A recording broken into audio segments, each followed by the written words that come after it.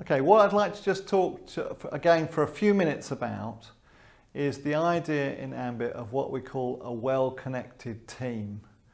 Now, you know, in some sense, everybody would like to be a well-connected team. I mean, it doesn't say a lot, but there are one or two very specific things that we really want to highlight in what we mean by a well-connected team. And it also connects with the idea that in AMBIT, the whole approach is a team approach. We're not so keen on the idea that this is something that can be done by individuals on their own.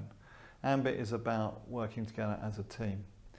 But how do you work together as a team? What's the critical thing? Well, the first thing that we emphasize is that because of the nature of the work that we do, it's appropriate for workers to get a bit anxious at times about some of the things they hear about from the young people.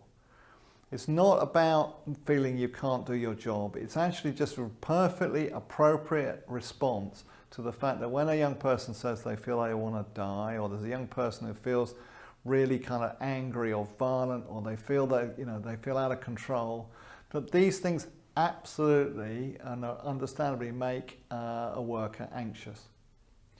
Doesn't mean to say they have to panic or they just appropriately just get a bit anxious about the situation.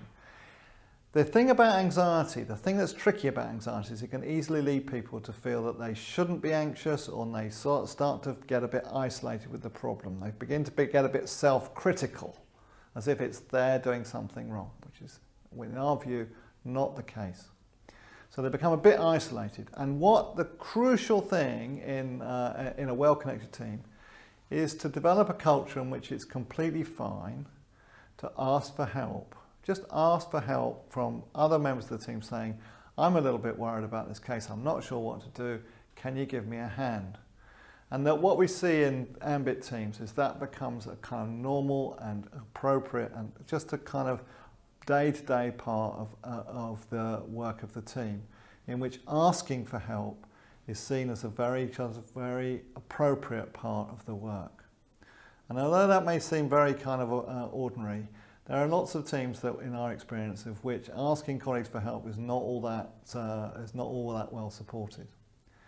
The point here then is that in a well-connected team is that the helper, the person who's been asked to give a bit of help, needs to just do one or two things that also makes the process work a little bit better. And this is that what is very, very common when somebody asks for help about a case in many teams is that the person they're asking starts to imagine it's their case, and they start to give all sorts of advice and ideas about what they would do if it was their case.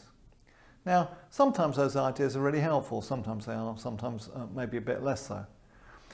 When you have a whole team meeting, when that goes on, the person whose case it is can feel quite bombarded with all sorts of suggestions about all sorts of brilliant ideas that people might have about a case, or not, but sometimes it can feel like a little bit of a bit overwhelming to the amount of advice that you can get when people imagine it's their case. In a well-connected team, what we're trying to do is something slightly different, is that the helpers focus on their colleague in the discussion. So it's not about their case, it's how to be helpful to the worker whose case it is. So what you're trying to draw out is what it feels like for the worker, what are their dilemmas, what are their options, to enable the worker to mentalise both their own states of mind and the states of mind of the young person or the family that they're working with.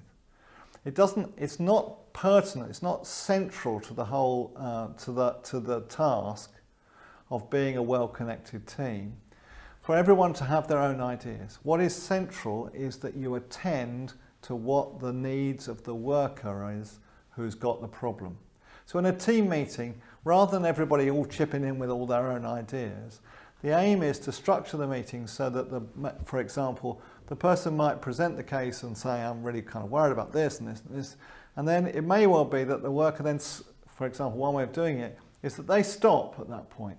And the team have a bit of a conversation about what it would be like for the worker in this kind of situation, of which the worker just listens to that.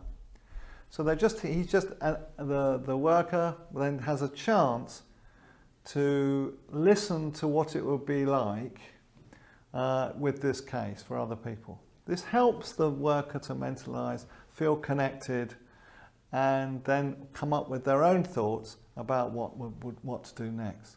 So the connection is always about trying to support the worker who has the task, rather than everyone to think that all the cases are something that they need to have a view about.